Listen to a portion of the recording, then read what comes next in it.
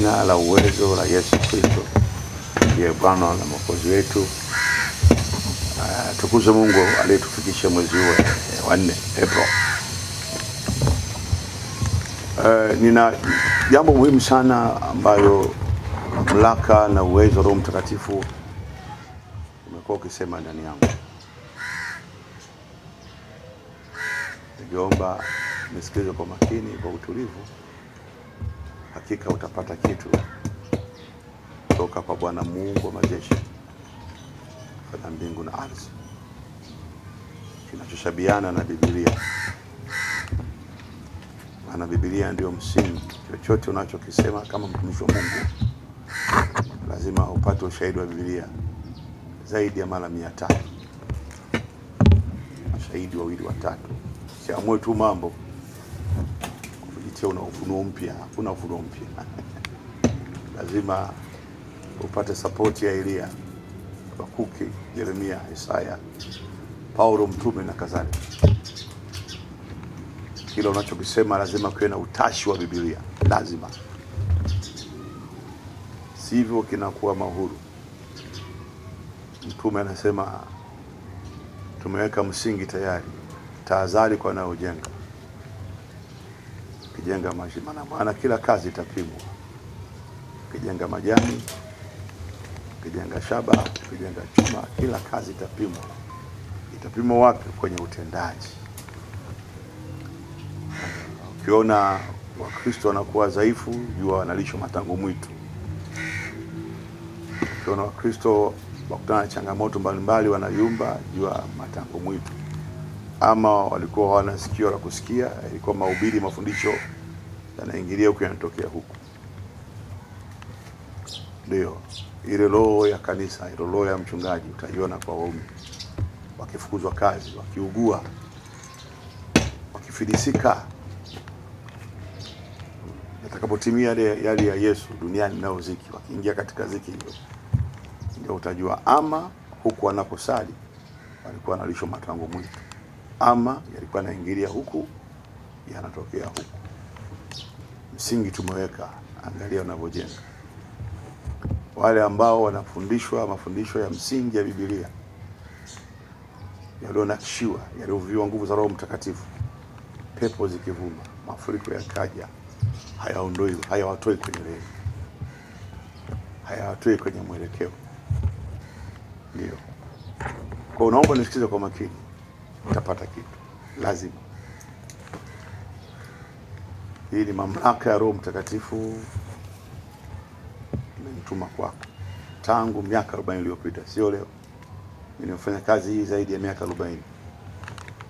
Mungu aliweka vitu vyake ndani yangu kwa njia mbalimbali. Kupitia mchungaji wangu Elia Ngobito, Mungu aliweka vitu ndani yangu. Kupitia mtumishi wake Moses Kulola, Mungu alinishikiza maarifa. Kupitia Mwisumo wa Mbeya, Mungu alimalifa. Kupitia Emmanuel Waya, mwalimu wa chuo cha Biblia Itende, Mungu alishia maarifa. Kupitia hata wengine nimewakuta katika, wamenikuta vijana wengine kwa mimi, bado nasikia Mungu ananifundisha, Mungu anasema na mimi. Ndio. Maana Mungu anaweza kutumia chochote, anaweza kutumia mzee au kijana. Ndio. Mungu anasema na mimi.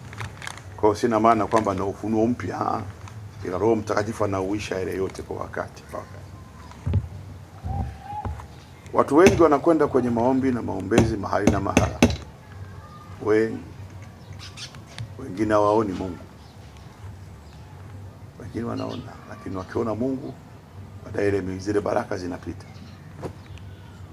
Nini kinapungua? Vitu viwili vinapungua: kumpenda Mungu na maarifa. Kumpenda Mungu kunaongeza kibali kwa mtu. Mkono wa kibali wa Mungu unakuwa na wewe. Unajua wakati wa kupanda na wakati wa kuvuna. Kumjua Mungu kunaondoa tamaa, maana yake huna mbadala. Kwa utadumu kumtafuta. Upokee usipokee, utadumu imani kwa Bwana kumtafuta. Kwa sababu unampenda. Kwa sababu unamwamini na una maarifa. Utadumu. Sababu iliwafanya kanisa la kwanza waitwa washindi, hata wameandika historia hata leo. Maandiko yanasema walidumu katika fundisho. Lakini kimbia, watu wameishia tu kupagawa roho la uzurulaji. Hata ujui anatafuta nini, hata ujui anatafuta nini, hata ujui, unashindwa kujua. Ukitaka uone Mungu katika maisha yako, mpende, muamini, muombe. Ndio maana Yesu katika maisha yake 70% aitumia kuwafundisha watu, maana alijua umuhimu wa maarifa. Ukitaka mwanao umpe urithi wa kudumu, mpe maarifa, mpeleke shule darasa la kwanza, la 3, la 5, hivyo hali kadhalika.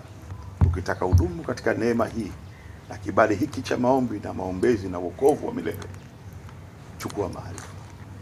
Mwalimu alitangaza uhuru wa kweli upo kwenye maarifa.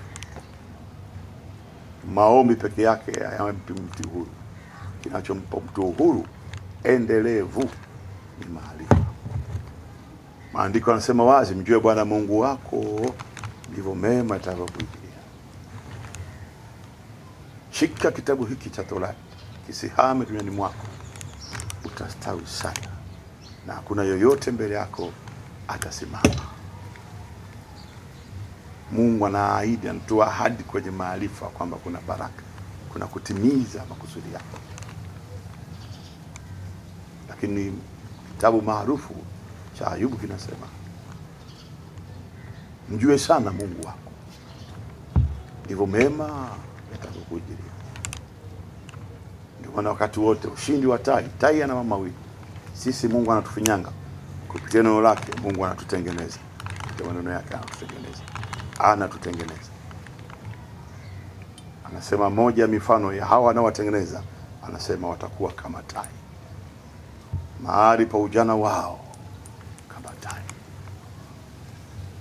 mahali pa magonjwa yao nitawaponya, na ujana wao utarejea kama tai. Wataenda kwa miguu lakini watachoka. Wenye sifa watafeli, watashindwa, lakini wamtumainio Bwana, japo sifa hawana, kile kibali ambacho kiko juu yao kitawafungulia milango bila taraja lao. Ndio maana tafsiri, mtakwenda kwa miguu. Kuna watu leo wana sifa ya kuwa na fedha, lakini hawana mafuta ya mpanda bei. Natoa tu mfano. Ana sifa ya kuajiriwa, maana babake ni katibu mkuu, nyumba yake mkurugenzi, shangazi yake alisoma na waziri. Hao wanaweza kukosa ajira. Sifa wanazo zote, wamesoma na familia yao ina influence katika serikali, lakini wako barabarani. Lakini wewe ambaye sifa una zaidi ya taaluma, Bwana anasema ninyi kile kibali kitawafungulia milango. Kesheni basi mkiomba, maana kila ombaye upewa, na atafutaye kwa Bwana atawatoa kama tai. Miongoni mwa ndege ambao ni majasiri kumvamia tai, kwanza tai anaona mara 7 kuliko binadamu. Moja ya sifa kubwa za tai, anaona mara 7 zaidi ya binadamu. Ukifinyangwa na Biblia, ukabeba imani yako na sionekana, unapata macho ya tai. Yale mengine ambayo wote wakaguru wayaone, Wazaramo wayaone, Wanyiramba wayaone, Watanzania wote milioni 60-70 waone, wewe utaenda kuyaona. Sio kupitia unabii shigibili, kupitia nguvu ya imani katika neno, unaona mara 7 kuliko Italiano, kuliko Giriki, kuliko Faransa, kuliko Kenya, mara 7 unaona. Baba Ibrahim alipoitwa na Mungu kutoka Ukaldayo aende nchi, anasema alikuwa hajui anakoenda, akatoka kwa imani asijue anakoenda. Hasa ukitoka hapo, maandiko yanasema ndege ambaye ana ujasiri wa kumvamia tai ni kunguru peke yake. Sema kunguru. Sema kunguru. Hasa tai akimwona kunguru, kunguru anamngangania tai kwenye shingo. Kitu ambacho anafanya tai, ameshaisoma saikolojia na sheria ya uumbaji ya kunguru. Yeye apambana naye, anaongeza kiwango cha kupanda juu, anapanda juu zaidi. Kule juu Ndege ambaye anaweza kupona hali ya kule juu ni tai peke yake. Ndege wote wakifika mahali fulani oxygen inakata, pumzi haina kata. Kunguru mwenyewe anaanguka na kufa, tai huyo. Wakati mwingine ukitaka kushinda haya ya dunia, ongeza viwango vya kumwamini Mungu. Ongeza viwango vya maombi. Ongeza viwango vya utoaji.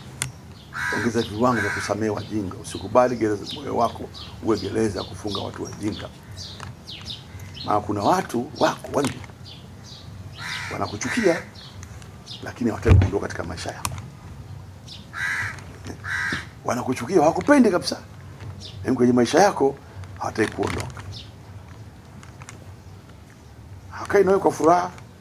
Wakiona mioyo haikunjuki 100%, wana vitu ndani yao mle vinagiragira vinawachoma choma vya chuki juu yako. Kwa nini waondoke? Kwa sababu wanakuhitaji kwa maslahi yao. Narudia. Kuna watu kabisa wanakuchukia lakini kwenye maisha yako waondoke. Tena ndio wengi. Kwa nini waondoke? Kuna maslahi yao binafsi kuhusu wewe. Nyingine ni ahadi tu. Kienda mahali wakienda na wewe wanakubarika. Maana wewe una nyota nzuri. Una uwezo kuvutia watu kusikiliza, kuvutia watu kuamini. Kwa hiyo unajichomeka hapo na wao. Wanatumia ile hali yako, kibali chako. Wanakuchukia lakini una kibali wewe. Kwa hiyo wanakuzunguka, si kama nakupenda. Ndio maana wasome. Kila ukipata tatizo wanakuwa wa kwanza kusema tulijua. Kule silini wanasema tulijua. Wengine ndio kabisa wanakupenda kwa sababu bado una fedha. Sio wanakupenda, wanakuzunguka kwa sababu bado una fedha. Kuna marafiki wa pesa, kuna marafiki wa cheo, kuna marafiki wa jinsia. Wewe ni mwanamke ndio wanakupenda, wewe ni mwanaume ndio wanakupenda. Kuna mahali wewe kama mwanaume utawasaidia. Kuna marafiki wa ukoo, sio wewe, ukoo wako ule ni mzito wewe. Kule kwetu Iringa kuna koo nzito za kina Idi Masasi, kina Mwakingwe, kina Kidibule, ndio zilikuwa zile kina Matebela, ni koo zile nzito pale kwetu Iringa mjini. Wana mali, wana mashamba Ismani Ifunda. Wanakuwa na wewe kwa sababu wana maslahi na wewe. Lakini wewe mwenyewe ukiwa wewe wanakuchukia. Wanakuchukia. Wanakuotea. Mioyo yao ina kitu ndani kule cha hila kimejificha. Utaponaje? Chukua macho ya tai kwa kumfahamu sana Bwana Mungu wako. Nimaliza kusema kwa sasa Roho Mtakatifu ananituma sana kukufundisheni, kwa sababu wakati Baba Mungu ananitokea ananiambia Watanzania wengi hawatakuamini kama wakufahamu. Kwa nenda kwanza watu kufahamu. Na mfano wa mlima Sinai, sikudili na udhaifu wao wa matendo yao. Niliwaambia lile kusudio langu nimeshuka nipate kuwasaidia. Waliponifahamu ndipo niliwapa amri 10. Ndio maana mwana wa Adamu Yesu alipoanza huduma hakuanza kurarua dini zao, madhehebu yao. Alisema cha msingi ambacho kwacho duniani alileta, Roho wa Bwana yu juu yangu, amenituma niwafungue. Lakini Yesu alikuwa anabadilika. Kuna mahali Yesu alikuwa nabii, japo kujiita nabii, lakini Yesu alikuwa nabii japo kujiita nabii. Yeye ndio aliona anguko la Yerusalemu baada ya miaka 70, kwamba Waitaliano wataivamia Yerusalemu, wataigeuza kuwa magofu Yerusalemu. Hata hii hekalu ambayo ni leo fahari ya dunia haitasalia jiwe hapa. Unabii wa Danieli utatimia. Hili hekalu litavunjwa. Alikuwa nabii Yesu lakini hakujiita nabii. Lakini Yesu alikuwa ni mwalimu. Kwa maana aliitwa mwalimu, aliitwa mchungaji mwema. Yesu mwenyewe hakujiita nabii hata siku moja wala mtume. Alijiita mchungaji mwema. Na wanafunzi wao wakamwita mwalimu. Hata yeye hakujiita mwalimu, ile wanafunzi wakamwita mwalimu. Lakini Paulo mtume alianza kama mwinjilisti. Baadaye huduma ile ikabadilika, akawa mwalimu. Maana huwezi kuwa mchungaji kama sio mwalimu. Unaweza kuwa mwalimu sio mchungaji, lakini huwezi kuwa mchungaji sio mwalimu. Lazima ndani ya mchungaji kuna mabaki ya ualimu ndani. Maana analea watu, anaishi na watu, lazima awe na ualimu ndani. Wafundisha watu maadili ya Biblia, maadili ya maandiko, jinsi ya kutembea katika nguvu ya upako na kutunza miujiza. Lakini mwinjilisti hawezi kuwa mwalimu. Ndio maana Paulo alikuwa mtume, alikuwa mwinjilisti, alikuwa mwalimu. Maana alihubiri mwenyewe, akafundisha watu. Huduma tatu zilikuwa ndani ya Paulo. Kwa kuna wakati mwingine kuna mabadiliko ya kihuduma. Unahama kwa mwinjilisti, unakuja kwa mchungaji. Unahama kwa mtume, unakuja kwa mwalimu. Ndio. Azungumzie unabii, bana unabii umechafuka siku hizi. Huduma ya unabii imejaa utapeli mwingi. Sitaki nizungumzie, muda wangu hautatosha. Lakini ninachosema kuna uwezekano mchungaji akawa mwalimu. Lakini mwalimu inawezekana asiwe mchungaji. Labda Mungu afanye vinginevyo, ampe neema ya kuchunga. Niseme haya leo. Ninaamini kama sio mwanzo basi mwisho umepata kitu. Lakini ogopa sana watu ambao wanakuchukia lakini bado hawaondoki katika maisha yako. Wenda hawakuchukii moja kwa moja, lakini yaani wanakuchukulia poa, lakini kwenye maisha yako hawaondoki. Hao mara nyingi rahisi kugeuka kwa kina Iskarioti. Maana wenda wakajua wanatamani kiti chako, watu kama hao. Namna kutoa wameshindwa. Na wakiondoka katika maisha yako wanakosa kodi za nyumba. Wakiondoka katika maisha yako wanakosa vyeo. Wakiondoka watakosa mikopo benki. Wakiondoka watapoteza heshima. Kuna marafiki wa michango ya harusi wako marafiki wa misiba. Kwenye misiba wewe ndio rafiki yao. Watakupigia simu, bwana kuna msiba. Wewe upata msiba hawajaji wala wagusi. Shida ya kwa wewe ndio yetu wote. Lakini wewe msiba wako ni wako mwenyewe. Kila mmoja ajitetee. Wako watu kama duniani. Marafiki wa matatizo, wakiwa na mgonjwa watakutafuta kwa mgonjwa. Lakini ukiugua ugonjwa utajua mwenyewe. Wako marafiki kama hao. Asomaye na afahamu. Na Mungu Baba kusaidie. Katika jina la Yesu. Naitwa Anton Thomas Usekelo, mzee wa upako. Karibu nyumbani. Karibu nyumbani.